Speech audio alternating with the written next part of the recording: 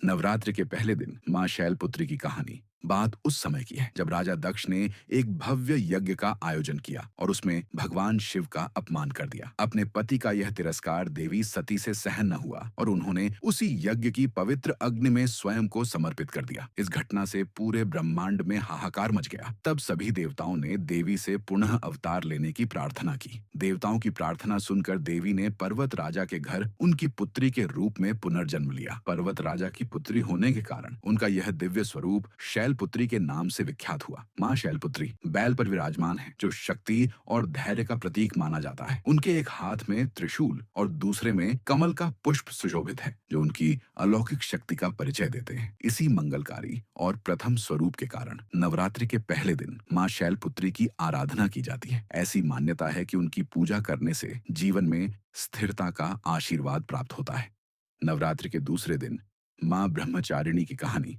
शिव जी को दोबारा पाने के लिए देव ऋषि नारद जी के मार्गदर्शन में पार्वती जी ने कठोर तपस्या शुरू की। सभी सुखों का त्याग कर वे सिर्फ फल और पत्तों के सहारे ध्यान में लीन रही और आगे चलकर केवल हवा पर। पार्वती जी के इस समर्पण को देख देवतागण भी अचंभित रह गए। आखिर में भगवान शिव पार्वती जी की तपस्या से प्रभावित हुए और उन्हें अपनी पत्नी के रूप में स्वीकार कर लिया। अपनी इस तपस्या के कारण मां पार्वती जी को मां ब्रह्मचारिणी कहा गया। मां ब्रह्मचारिणी के एक हाथ में माला और दूसरे में कमंडल है। मां ब्रह्मचारिणी अपने भक्तों को इच्छा शक्ति और आत्म अनुशासन का आशीर्वाद देती हैं। नवरात्रि के तीसरे दिन मां चंद्रघंटा की कहानी। मां पार्वती और भगवान शिव के विवाह संपन्न होने के बाद जब दोनों कैलाश पहुंचे, पार्वती जी अपने ससुराल को देख के हैरान रह गई। सब कुछ बिखरा, दीवारों पर जाले और चीजें अव्यवस्थित तरीके से रखी हुई मिली। इसी बुरी ऊर्जा को ठीक करने के लिए पार्वती जी ने शिवलिंग की स्थापना करते हुए घंटे की ध्वनि से नकारात्मक शक्तियों को दूर भगाया। इनके इस रूप को मां चंद्रघंटा का नाम मिला और इसमें इनकी छवि में उनके सर पर अर्धचंद, 10 हाथ में अस्त्र शास्त्र और शेर उनकी सवारी है। मां चंद्रघंटा की भक्ति करने से भय, चिंता और संदेह से मुक्ति मिलती है। नवरात्रि के चौथे दिन मां कूष्मांडा की कहानी।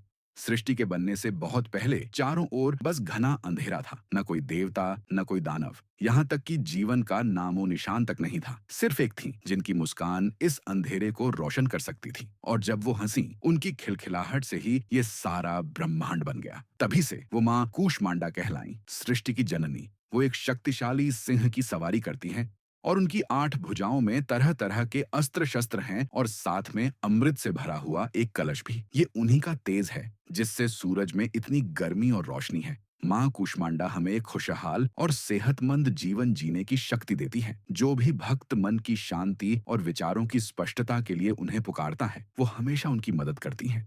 नवरात्रि के 5वें दिन मां स्कंद माता की कहानी। जब तारकासुर देवताओं के लिए संकट बन गया और कोई भी उसे पराजित नहीं कर पाया, तब ब्रह्मा जी के वरदान के अनुसार उसकी मृत्यु केवल शिव के पुत्र के हाथों से ही हो सकती थी।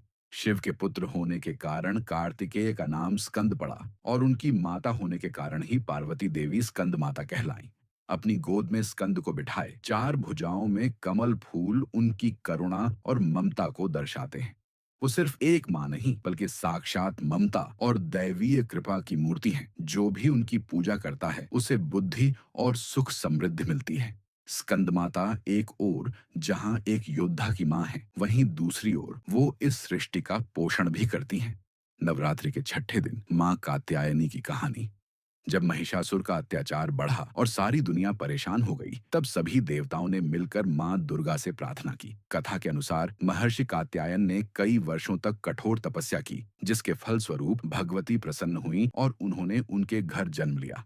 मां कात्यायनी ने ही महिषासुर का अंत किया और दुनिया को उसके डर से छुटकारा दिलाया। वे शेर पर सवार रहती हैं और उनके हाथों में तलवार और कमल का फूल होता है। उनका यह रूप इस बात का प्रतीक है कि अंधेरे पर हमेशा रोशनी की जीत होती है। माना जाता है कि उनकी पूजा करने से हमें जीवन की मुश्किलों से लड़ने का साहस मिलता है।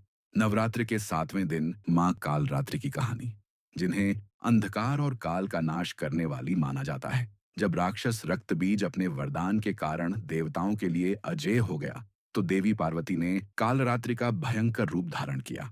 रक्त बीज के वरदान के अनुसार उसके रक्त की प्रत्येक बूंद से एक नया राक्षस उत्पन्न होता था। देवी ने उसका वध कर दिया और उसका रक्त पृथ्वी पर गिरने से पहले ही पी लिया। इस प्रकार उसके वंश का पूर्ण विनाश हो गया। गधे पर सवार देवी कालरात्रि का यह अत्यंत भयानक रूप दुष्टों का अंत करता है, लेकिन भक्तों के लिए अत्यंत शुभ है। इनकी पूजा करने से भक्तों को सभी भय और नकारात्मक शक्तियों से मुक्ति मिलती है।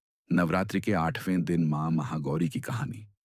भगवान शिव को पाने के लिए पार्वती जी ने सालों तक कठोर तपस्या की। इस वजह से उनका शरीर धूल मिट्टी से ढक गया था। उनकी अटूट भक्ति से प्रसन्न होकर भगवान शिव ने उन्हें पत्नी रूप में स्वीकार किया और स्वयं गंगा के पवित्र जल से स्नान कराकर निर्मल किया। गंगा की पवित्र धारा से नहाकर पार्वती जी का रूप और भी दिव्य और खूबसूरत हो गया।